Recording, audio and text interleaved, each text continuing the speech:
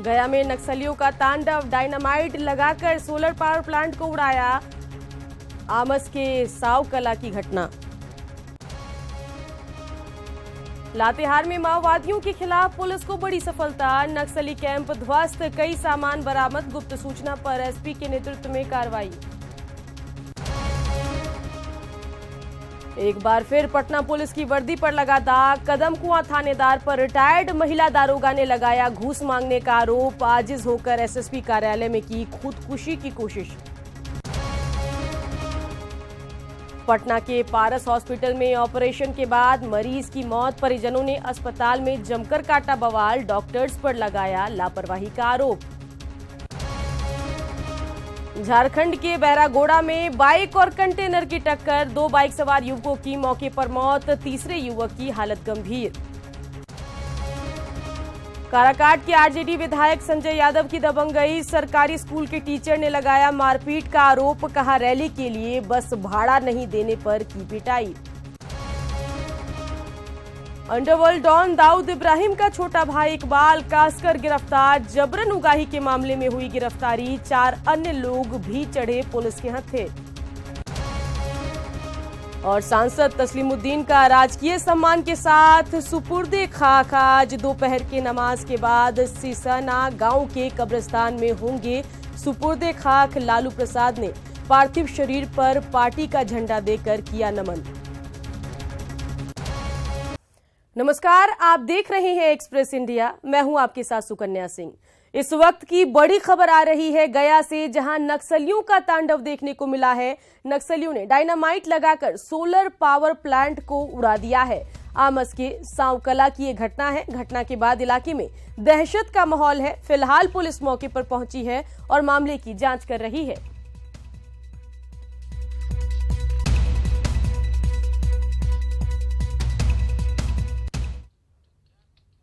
लातेहार में माओवादियों के खिलाफ पुलिस को बड़ी सफलता मिली है। दरअसल एसपी धनंजय सिंह को महुआटांड के पुरनाडीह में माओवादियों के जमे होने की गुप्त सूचना मिली थी, जिसके आधार पर अभियान चलाकर पुलिस ने नक्सलियों के कैंप को ध्वस्त कर दिया है। हालांकि नक्सली भागने में कामयाब हो गए, लेकिन मौके से नक्सलियों के कई सामान बरामद किए गए हैं।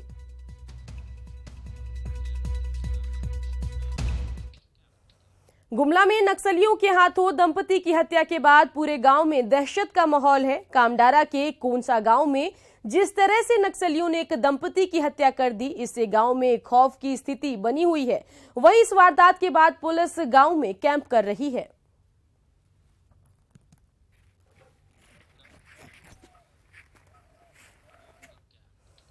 बड़ी खबर राजधानी पटना से है, जहां एक बार फिर खाकी पर दाग लगा है। कदमकुआं थानेदार की घूसखोर नीति से परेशान होकर बीती रात महिला ने आत्महत्या करने एसएसपी ऑफिस पहुंच गई। हालांकि समय रहते कुछ पुलिसकर्मियों ने उन्हें बचा लिया। दरअसल रिटायर्ड दारोगा सुशीला देवी के कदमकुआं आवास पर कुछ दबंगों ने शराब के नशे में धावा बोल दिया और जब सुशीला देवी ने ऐसा करने से रोका तो उसके साथ दबंगों ने पिटाई कर दी। इसके बाद पीड़िता थानेदार साहब के पास मदद की गुहार लेकर पहुंची, जहां दारोगा जी घूस की पेशकश कर दी, जिससे आजिज होकर पीड़िता एसएसपी ऑफिस पहुंचकर आत्मदाह करने की कोशिश की। गुंडा के लेकर मेरा केमाड़ी तोड़ के बच्ची का मार पीट करके घर में घुस के शराब दारू बना रहा है। कदमकुआं में गए, कदमकुआं वाला कुछ नहीं किया, बोला कि जहाँ जाओ जहाँ जाओ। हम महिला का हम किरासन के तेल छिड़क के लाए, अगर हमरा करवाए नहीं होगा तो हम आत्महत्या कर लेंगे। राजधानी पटना के पास हॉस्पिटल की एक बार फिर बड़ी लापरवाही सामने आई है। लापरवाही का कारण एक मरीज की मौत हो गई, जिसके बाद मरीज के परिजनों ने अस्पताल में जमकर बवाल काटा। रुपसपुर के हरेंद्र प्रताप सिंह को शनिवार को पारस अस्पताल में भर्ती कराया गया था। यहां उनका हर्निया का ऑपरेशन हुआ, जिसके बाद मरीज की मौत हो गई। मौत की खबर के बाद परिजन आक्रोशित हो गए और अस्पताल में हंगामा शुरू कर दिया। मृतक के परिजनों का आरोप है कि 2 घंटे में 12 यूनिट ब्लड लिया गया, फिर भी मरीज की जान चली गई। उत्तर प्रदेश पुलिस ने मिर्जापुर से 2 संदिग्धों को भारी मात्रा में विस्फोटक के साथ गिरफ्तार किया है। ये दोनों पटना के गांधी मैदान ब्लास्ट के आरोपी बकरुद्दीन के रिश्तेदार हैं, जिनके पास से 3 किलो बारूद बरामद किया गया है। हिरासत में लिए गए संदिग्धों से एटीएस और आईबी की टीम पूछताछ कर रही है। इन दोनों को प्रधानमंत्री नरेंद्र मोदी के वाराणसी दौरे से ठीक पहले पकड़ा गया है। वाराणसी में प्रधानमंत्री का दौरा 22 सितंबर को है।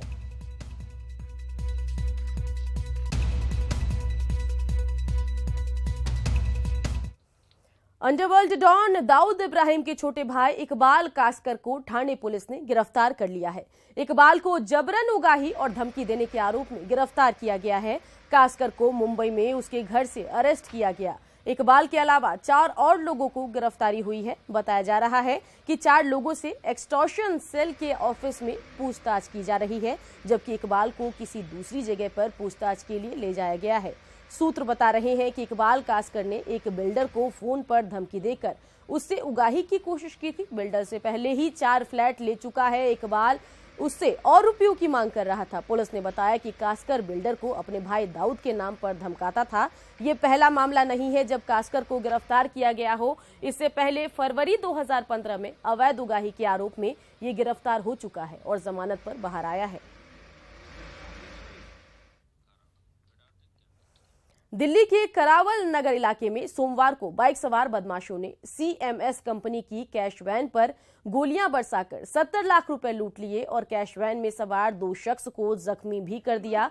ये तस्वीर दिल्ली के करावल नगर थाने की है। आप अपने टीवी स्क्रीन पर जिस वैन को देख रहे हैं, इसी कैश वैन से 70 लाख रुपए लूट लिए गए और लूट का विरोध करने पर लुटेरों ने कैश वैन में मौजूद कैशियर मनवीर को गोली मारकर जख्मी कर दिया, जबकि गार्ड प्रदीप के सिर पर बदमाशों ने पिस्टल की बट से हमला किया। बदमाशों ने वैन में रखे बक्से से रुपए अपने बैग में डाले और मौके से फरार हो गए। राजधानी में हुई इस लूट की खबर से हड़कंप मचा हुआ है। आनंद फानन में वरिष्ठ पुलिस अधिकारी मौके पर पहुंचे और घायलों को जीटीबी अस्पताल में भर्ती कराया गया। आपको बता दें कि 2 बाइक पर सवार 4 बदमाशों ने इस लूट को अंजाम दिया है। आप देख सकते हैं, यही वो वैन है जिसमें लूट को अंजाम दिया गया है। वैन पर खून के निशान भी हैं। फिलहाल पुलिस इस मामले की जांच में जुटी है।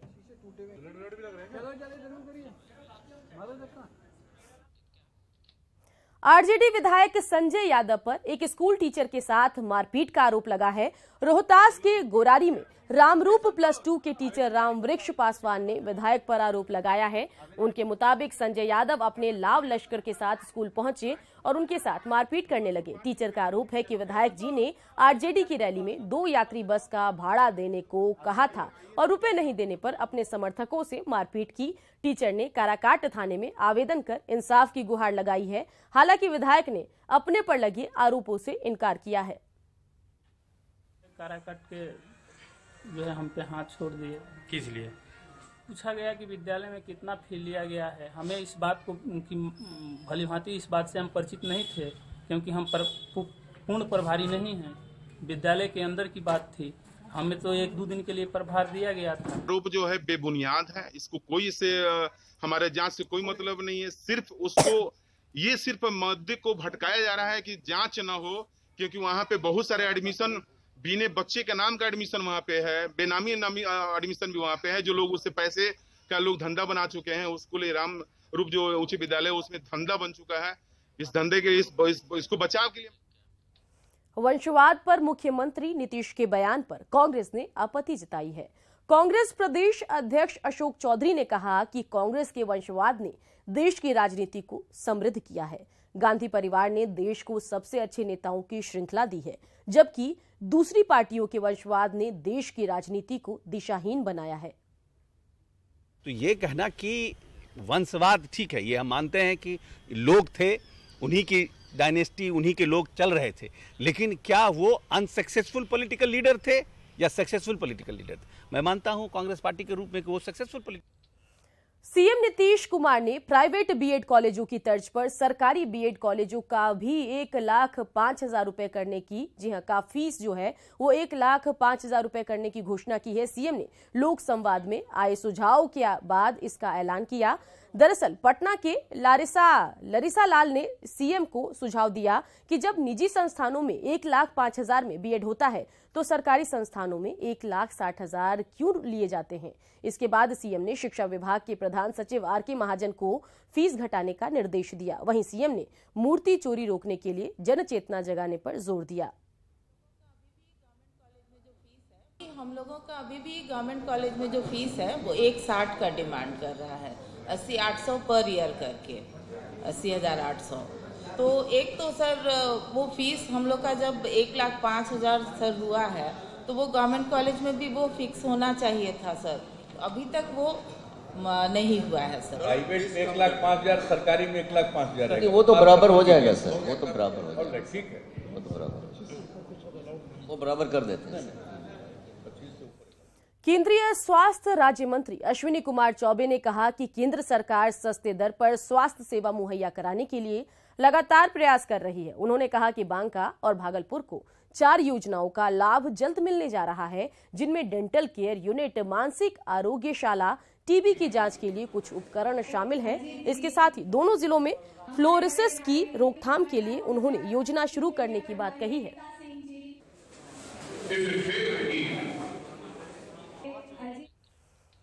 स्वास्थ्य मंत्री मंगल पांडे ने बेनामी संपत्ति को लेकर लालू परिवार पर तंज कसा है। मंगल पांडे का कहना है कि बेनामी संपत्ति मामले में लालू परिवार से जब कोई बचेगा तो आरजेडी कौन चलाएगा, यह देखना दिलचस्प होगा। आने वाले दिनों में राष्ट्रीय जनता दल लालू जी के परिवार का कौन आदमी चलाएगा, ये कहना मुश्किल हो सकता है। जब उनके परिवार में अपने पुत्र लोगों में से कोई ना बचे तो कोई पुत्री आगे आ सकती है। पुत्री भी मीसा जी की तरह न बच पाए तो फिर कोई दामाद भी आ सकता है। बिहार की सीएम नीतीश कुमार ने भले ही जनता दरबार बंद कर दिया हो, लेकिन बिहार की सत्ता में आए बीजेपी के मंत्री अभी भी जनता दरबार करेंगे। बीजेपी कोटे के मंत्री बीजेपी कार्यालय में जनता दरबार करेंगे। इस बात को लेकर जेडीयू समर्थन तो करती है, लेकिन लोक सेवा के अधिकार कानून को भी याद दिला रही है, तो वहीं आरजेडी इस पर तंज कस रही है। जो मंत्री सरकार में सम्मिलित है वह सोमवार और मंगल 2 दिन यहाँ बैठेंगे। उसका क्रम तय हो रहा है। 2 दिन बैठेंगे और बिहार के लोगों की बातों को सुनेंगे और जो न्याय संगत और जो काम हो सकता है उस पर लोगों को सहयोग करें। देखिए, मुख्यमंत्री अब कहीं अट नहीं रहे हैं। अब ये सरकार ही बीजेपी आरएसएस की हो गई है। अब उन्हीं का दरबार चलेगा, इनका दरबार स्वतः ही खत्म हो जाएगा। ये तो अब 100 आइटम होके रह गए हैं। वो ठसका इनका ख़त्म है कि कभी लतियाते थे, धकियाते थे। अब पीएम मटेरियल बीजेपी के लोगों से, सुशील मोदी से, आनंद किशोर यादव से कहवाते थे, वो ठसका अब नहीं है। इनको तो जय मोदी करना पड़ रहा है। आज दोपहर नमाज के बाद तस्लीमुद्दीन को उनके पैतृक गांव के कब्रिस्तान में सुपुर्दे खाक किया जाएगा। उनका पार्थिव शरीर सिसौना पहुंच गया है। दोपहर में राजकीय सम्मान के साथ सुपुर्दे खाक किया जाएगा। आरजेडी के कद्दावर नेता तस्लीमुद्दीन को बीती रात अररिया में राष्ट्रीय अध्यक्ष लालू प्रसाद यादव ने उनके पार्थिव शरीर पर पार्टी का झंडा देकर नमन किया। इस दौरान अररिया के सांसद निवास पर भारी भीड़ उमड़ी। हर कोई अपने सांसद के आखिरी दीदार के लिए ललाई दिखा।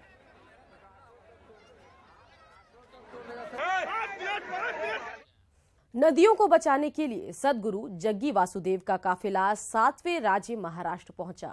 सोमवार को सद्गुरु का मुंबई में दूसरा दिन था, जहां वर्ली में भव्य कार्यक्रम के जरिए मुहिम से जुड़ने की अपील की।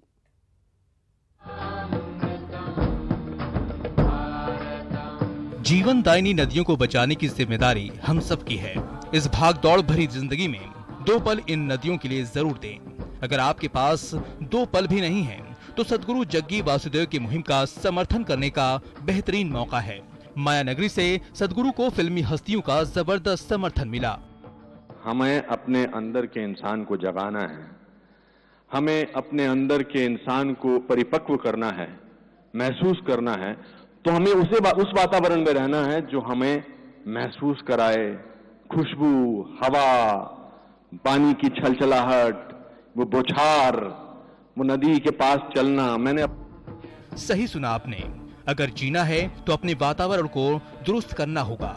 इसलिए सदगुरु ने देश की नदियों को बचाने का बीड़ा उठाया है। कोयम्बटूर से निकला काफिला मदुरई, कन्याकुमारी, तिरुवनंतपुरम, तिरुचिरापल्ली, मैसूर, बेंगलुरु, चेन्नई, विजयवाड़ा और हैदराबाद होते हुए 2 दिन के पड़ाव के लिए मुंबई पहुंचा। रैली में आए लोगों को सदगुरु ने पेड़ लगाने के साथ साथ नदियों को बचाने का मूल मंत्र दिया और इसके लिए सरकार से पॉलिसी बनाने की अपील की। नदियों के महत्व को बताते हुए सरकार के सभी संबंधित मंत्रालयों और जनता से इस पर आगे आने की अपील की। Believe me, pollution, if we have political will, within 3 years' time, we can make sure all the rivers in India are clean. We have a clear-cut plan for this. 3 सितंबर को कोयम्बटूर से शुरू हुई रैली 16 राज्यों से होते हुए हिमालय तक जाएगी और 2 अक्टूबर को दिल्ली में इसका समापन होगा।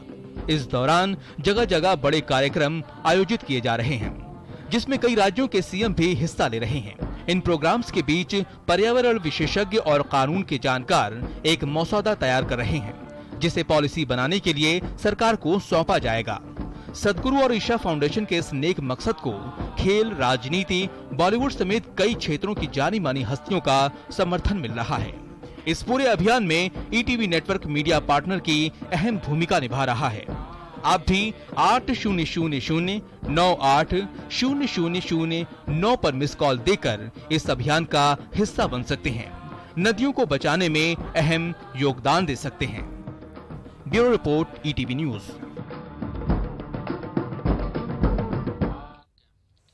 बड़ी खबर नालंदा से आ रही है, जहां नूरसराय थाना क्षेत्र के परियोना के पास एक स्कूल बस पेड़ से जा टकराई, जिससे 1 दर्जन छात्र घायल हो गए। घटना की सूचना मिलते ही स्थानीय पुलिस मौके पर पहुंची और सभी घायल छात्रों को बस से बाहर निकालकर इलाज के लिए अस्पताल भेजा। छत्तीसगढ़ के जगदलपुर में एक प्राइवेट स्कूल के प्रबंधकों की गुंडई का मामला सामने आया है। इस स्कूल ने 2 लड़कियों को महज इसलिए बंधक बनाकर रखा था क्योंकि इन लड़कियों की फैमिली ने फीस नहीं जमा कराया था। पुलिस की मदद से दोनों बच्चियों को प्रबंधकों के चंगुल से छुड़ा लिया गया, लेकिन इस घटना से दोनों लड़कियां काफी डर गई हैं और आगे से स्कूल जाने से कतराने लगी हैं।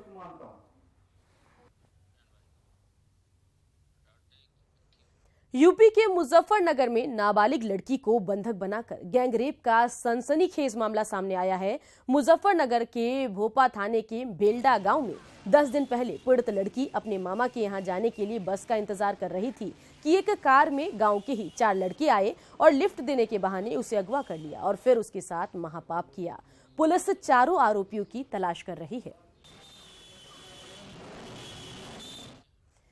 और अब बात हैदराबाद की, जहां एक शख्स ने अपनी पत्नी को जलाकर मार दिया। मामला एलबी नगर इलाके का है, जहां मेडिकल की परीक्षा पास नहीं कर पाने की वजह से नाराज ऋषि कुमार नाम के शख्स ने अपनी पत्नी की हत्या कर दी। इस मामले में एलबी नगर थाने में दफा 302 और 304 बी के तहत एफआईआर दर्ज कराई गई है। मारी गई महिला हरिका के परिजनों का आरोप है कि ऋषि हत्या से पहले दहेज के लिए भी प्रताड़ित करता था।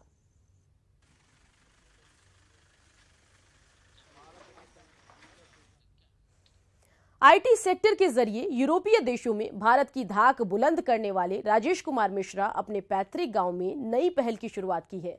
श्री भूप नारायण मिश्र ट्रस्ट के संस्थापक राजेश कुमार मिश्रा ने हवेली खड़गपुर अनुमंडल के सरकारी स्कूल में 2700 छात्रों के बीच बैग बांटी और बेटी बचाओ बेटी पढ़ाओ पर जोर दिया।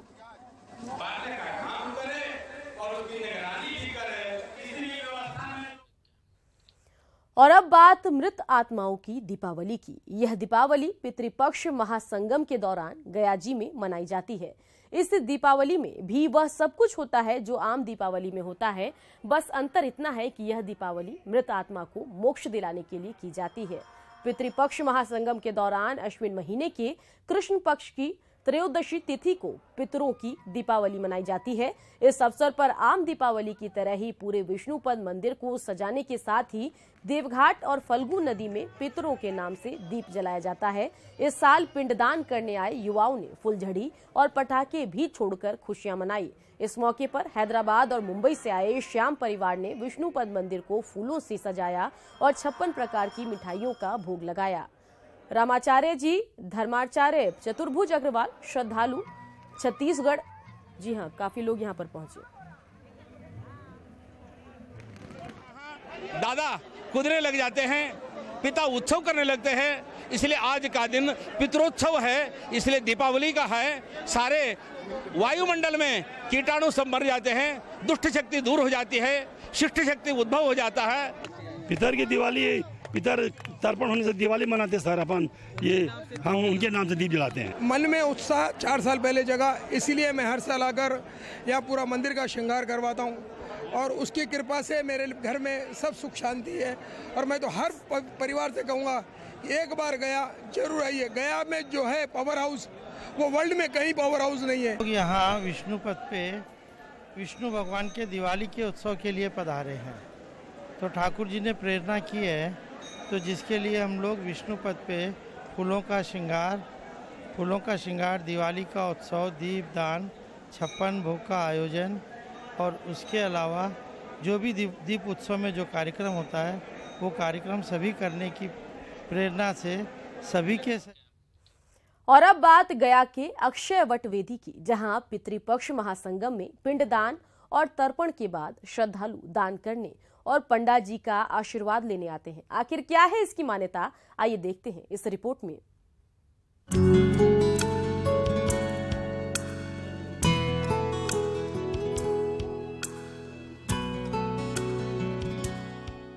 गया जी में ये कहावत प्रसिद्ध है कि श्री राम की अनुपस्थिति में सीता जी ने राजा दशरथ को पिंडदान देते समय 5 को गवाह के तौर पर रखा था, लेकिन 5 में से फल्गु, तुलसी, ब्राह्मण और गाय ने गवाही में झूठ बोल दिए और सिर्फ वट वृक्ष ने सीता की ओर पिंडदान किए जाने की गवाह दी, जिससे खुश होकर सीता जी ने अक्षय वट को अमर होने का वरदान दिया था। सब जगह का महत्व है लेकिन वट वृक्ष में आखिरी में पूर्णोति होती है। ये वट वृक्ष के नीचे जो भी दान पुण्य करते हैं अक्षय है, जब इसका नाशवान है। तब से पिंडदान के साथ महिला श्रद्धालु धन संपत्ति और पुत्र की कामना के लिए यहाँ आती है और कामना पूरी होने पर अपना आंचल फाड़कर अक्षय वट को बांधती हैं। मनोकामना करके ही बांधा जाता है, आंचल फाड़ करके लोग बांधते हैं, धन मिलता है, अंश के लिए कामना करके लोग जाते हैं, होता है साल के अंदर तो आकर के हम दान पुण्य करते हैं। सबसे बड़ी बात ये है कि यहाँ पर उनको को लेने के लिए नहीं, यहाँ पर देने के लिए आ रहे हैं। यहाँ पर देने का महत्व बहुत अच्छा समझा जाता है और देने से जो अपने पूर्वज बड़े रहे, जो उनको जीवित में हैं, जो अपने पुत्रों को जो दे रहे हैं चीज़ वो तुरंत उनको मिलती है और हाथ मिलती है। तो इसलिए ये माना गया है कि गया में साथ अर्पण करने से, पिंडदान करने से, दान देने से उनको ये सब अपने बुजुर्गों पुत्रों को मिलता है। कहा जाता है कि अक्षय वट देश भर में 5 जगहों पर है, जिसमें वृंदावन, प्रयाग और गया जी में धार्मिक महत्व को देखते हुए श्रद्धालु पिंडदान करने यहाँ आते हैं और बाद में ब्राह्मणों को भी दान देते हैं। अरुण चौरसिया, ईटीवी न्यूज, गया। खबर गुजरात के अमरेली से, जहां एक बार फिर सड़क पर शेर का झुंड नजर आया। रात के वक्त सड़क पर 1-2 नहीं बल्कि पूरे 9 शेरों का झुंड घूमता नजर आया। इस दौरान शेरों के झुंड ने एक बैल का भी शिकार किया। हाईवे पर जा रहे लोगों ने शेरों के झुंड को देखा तो डर गए और उन्होंने दूर से अपनी गाड़ियां रोक दी। जब शेर का झुंड चला गया तब जाकर हाईवे वाहन आगे बढ़ सके।